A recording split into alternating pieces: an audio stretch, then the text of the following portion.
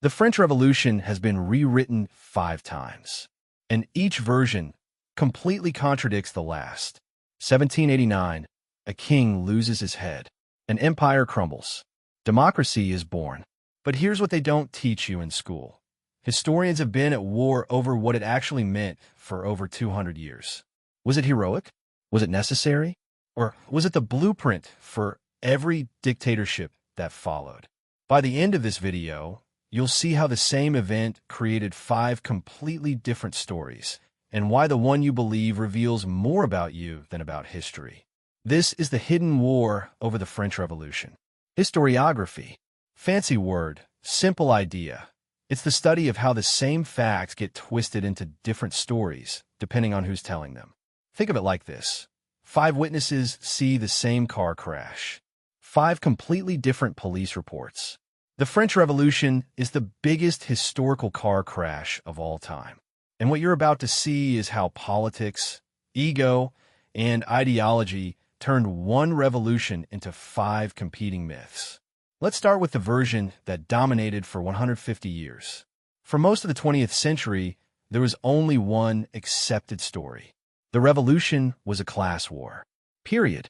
Picture France in 1789. 3 groups. 2 have everything. 1 has nothing. The clergy, wealth, land, power.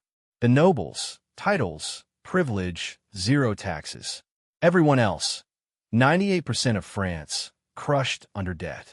Historians like Georges Lefebvre and Albert Sabel said this was inevitable. The middle class rose up. Feudalism collapsed. Capitalism was born. In their version, even the terror, the mass executions, the guillotines, was justified. You can't make an omelet without breaking eggs, right? But here's the problem with that story. What if France was already changing before the revolution even started? That question destroyed the Marxist monopoly. In the 1960s, a French historian named François Furet said something unthinkable. The revolution wasn't necessary. It was a mistake. The revisionists looked at the evidence and found nobles and middle class were already cooperating. The economy was modernizing naturally. France didn't need a violent overthrow. So what caused the explosion? Ideas.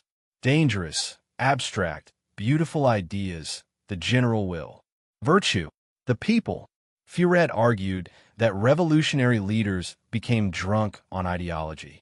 They stopped seeing people and started seeing symbols. And when reality didn't match their perfect theory, they started cutting off heads. The terror wasn't a bug. It was the feature. The revolution, in this version, is a warning, not a celebration. But wait, if it wasn't about class and it wasn't about ideas, what if it was about something even more subtle? 1980s, historians try something radical. They stop reading economic data. They start reading graffiti. Lynn Hunt and others asked, what if the revolution happened in language before it happened in blood? Look at what changed. Subjects became citizens.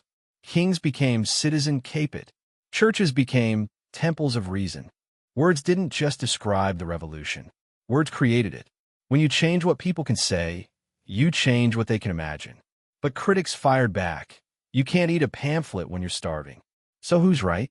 Maybe the people no one was listening to. Here's who all those historians forgot. The actual people. A peasant can't read Rousseau, but he can read the name of the Lord who owns his land. And when the moment comes, he burns that document. A market woman doesn't debate political theory. But when bread costs a week's wages, she marches to Versailles with 7,000 others. This is called history from below, and it revealed something the elites missed. The revolution wasn't one movement. It was millions of revolutions happening at once. Every person had their own version of freedom, and most of them never made it into the history books. Until now. So after 200 years of fighting, where do historians stand today? Nowhere and everywhere. Modern historians finally admitted it's all true. It was about class and culture and ideas and rage and accident. The French Revolution was a tax crisis that spiraled, a king who couldn't decide, a mob that wouldn't back down, ideas that inspired millions, and violence that horrified the world. History isn't a single story. It's 1,000 stories crashing into each other. And that's what makes it real. You might be thinking, why does this ancient debate matter? Because the questions haven't changed. Is violence ever justified for justice? Do revolutions eat themselves? Can ideas be more dangerous than armies?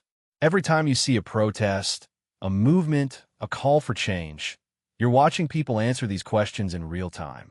The French Revolution isn't history. It's a mirror. Remember, 5 historians, 5 completely different revolutions. So which one is true?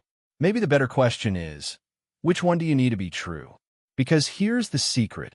History isn't about the past. It's about who controls the story. The French Revolution didn't just change France. It changed how we fight over truth itself. And the war? It never ended. It just moved to the comment section. Drop a comment. Which version of the revolution makes the most sense to you? Let's see if we can agree on anything.